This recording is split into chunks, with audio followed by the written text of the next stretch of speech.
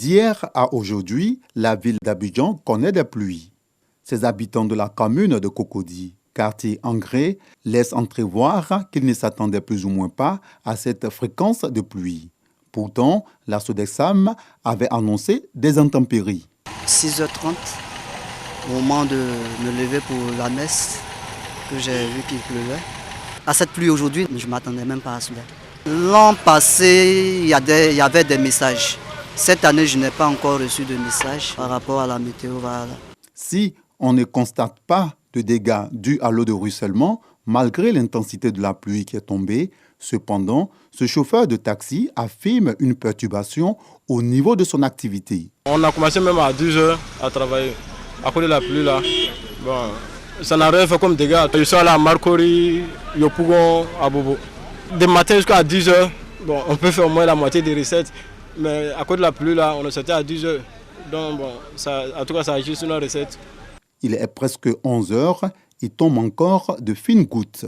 Cette fidèle chrétienne décide de sortir de chez elle maintenant. Ça a bouleversé mon programme. Vu qu'aujourd'hui était dimanche, je n'ai pas pu aller à l'église. Je suis restée pour éviter certains désagréments. J'ai eu très peur parce que la pluie ne cessait pas. Ça venait intensément. Au moment où nous terminons ce premier constat, il pleuvait toujours à Abidjan.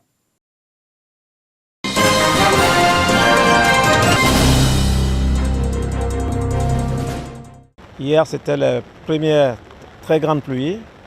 Nous avons donc commencé hier soir jusqu'à 2h du matin. On a visité tous les sites critiques, savoir comment nos retenues d'eau ont fonctionné, là où il y avait des problèmes de débordement. Alors, les constats, ils sont connus. On a des zones, critiques, des zones inondables et qui ont été inondées.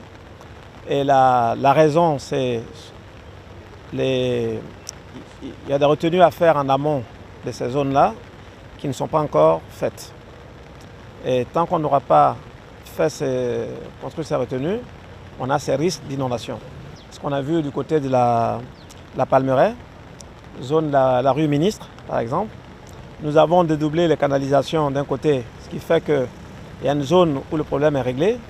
Par contre, on doit reprendre des eaux sur Mitterrand.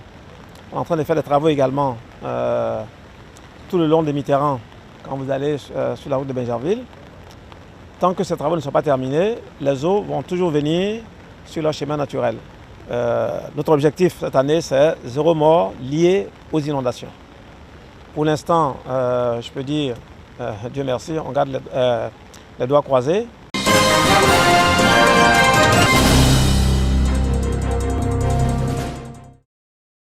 Une nuit consacrée à l'écologie dans un contexte mondial rythmé par les changements climatiques. Il fallait y penser. Abidjan est choisi pour cette première nuit ouest-africaine dédiée à la problématique verte des awards de l'écologie pour faire passer un message aux décideurs et autres institutions et investisseurs. Pour dire qu'il faut valoriser ces petites initiatives-là qui pourront changer l'Afrique, qui pourront freiner les changements climatiques et donner à l'Afrique de retrouver son couvert forestier et de passer inévitablement vers la transition écologique. Des institutions, notamment l'UNESCO et ONU Environnement, engagées aux côtés des initiateurs par la voix de leurs différents chefs de bureau Abidjan et Afrique de l'Ouest.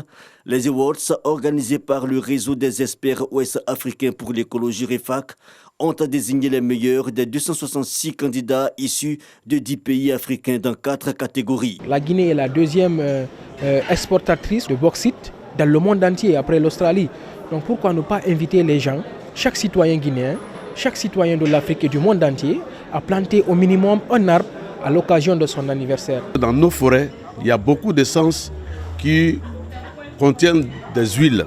Pour nous, il faut réintroduire dans nos forêts toutes ces essences oléagineuses, résineuses des forestiers, des fruitiers sauvages. Le meilleur des meilleurs en termes d'innovation verte est le Sénégal avec Oumar Ba qui remporte le prix des communes. Au-delà des distinctions, ces awards, selon le ministre de l'Environnement et du Développement durable, auront un impact certain sur la gouvernance des États ouest-africains en matière de préservation des écosystèmes écologiques. Je suis convaincu que ces awards vont inéluctablement accompagner les actions de la CEDEAO. Cette nuit africaine de l'écologie devra être soutenu et pérennisé afin de renforcer le cadre d'échange, d'expérience et d'expertise entre les acteurs et chercheurs. C'est en partie aussi le sens de l'intervention du parrain, Philippe Ia, président du conseil régional du Bonkani, région à l'honneur, région du nord-est ivoirien qui abrite la plus grande réserve de biosphère du pays, le parc de la Komwe. Acteurs sociaux et communautaires, membres du gouvernement, à l'instar de Mamadou Touré, ministre de la promotion de la jeunesse, de l'insertion professionnelle et du service civique, qui par leur présence ont affirmé leur détermination à porter ce combat de la préservation de l'environnement.